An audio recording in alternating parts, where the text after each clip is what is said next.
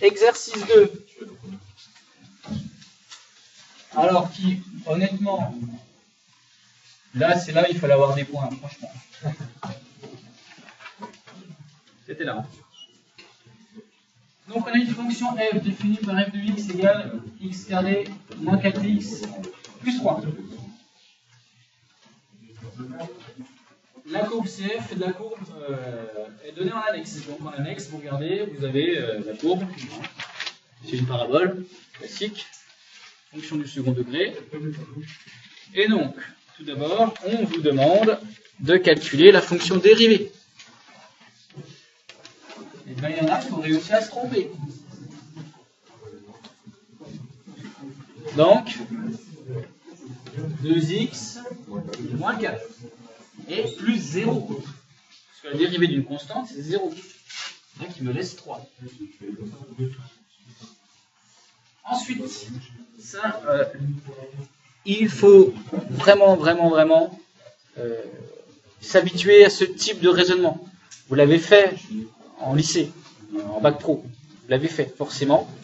Et il faut vraiment intégrer ça parce que ce genre d'étude arrivera tout le temps. Là, j'ai donné un exercice bateau, mais ça interviendra dans des exercices qui n'auront peut-être rien à voir avec ça. Je vous donne un exemple très simple. Dans un sujet de BTS, on trouve ça assez souvent.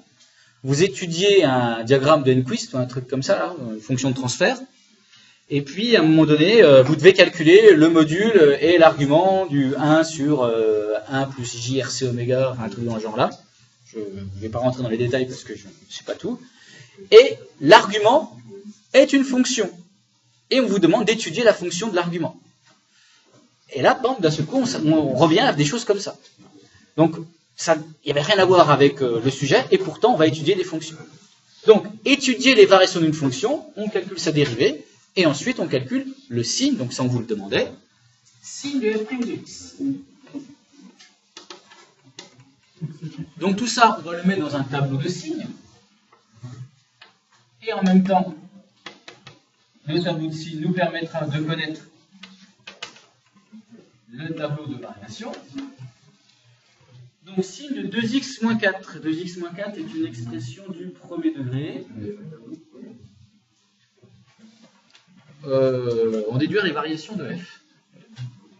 Donc, le plus simple, c'est de faire un tableau de variation. Non, j'ai calculé la f', et là maintenant j'en suis à la 2. Étudier le signe de f', et en déduire le tableau de variation. C'est ce que je suis en train de faire. Alors, signe de 2x moins 4. Comment trouver le signe de ce type d'expression? Non, c'est pas positif. Voilà, alors c'est parfois positif, c'est parfois négatif. Il faut savoir quand est-ce que ça change, et éventuellement combien de fois ça change. Or, comme il s'agit d'une expression du premier degré, premier degré, ça veut dire que x est au degré 1, x puissance 1.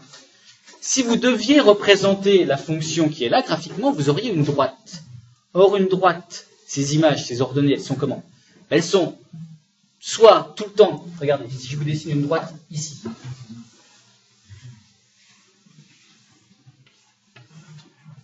Une droite qui, entre guillemets, monte.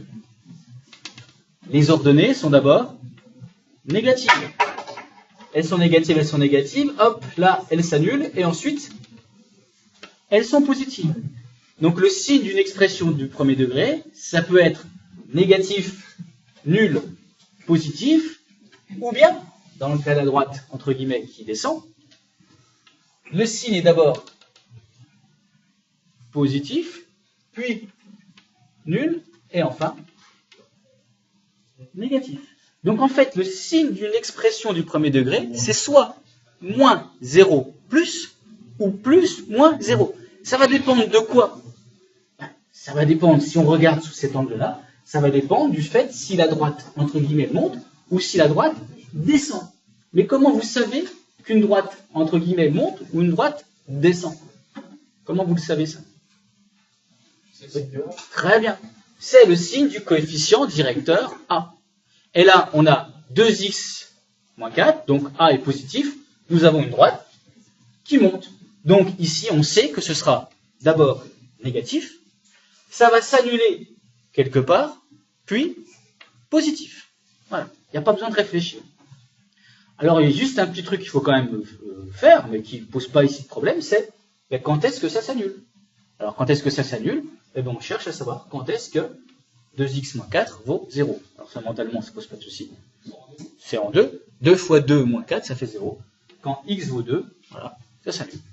Donc, finalement, vous avez une expression qui est négative, s'annule, puis positive. Il se trouve que cette expression, c'est la dérivée de la fonction f. Or, si c'est la dérivée de la fonction f, ça veut dire quoi? Ça veut dire que votre fonction, elle est comment? Elle est décroissante, de moins l'infini jusqu'à 2, puis croissante de 2 à plus l'infini. Et si vous aviez été... Oui, pardon. Non, alors, c'est le fruit du hasard. 2, ce n'est pas le coefficient directeur, c'est la solution de l'équation de x moins 4 égale 0. Voilà. Et donc, ça veut dire que x égale 2. Rien à voir, c'est un coup de malchance. Il faut les variations. Donc, et comment tu calcules directement? Alors, comment tu fais?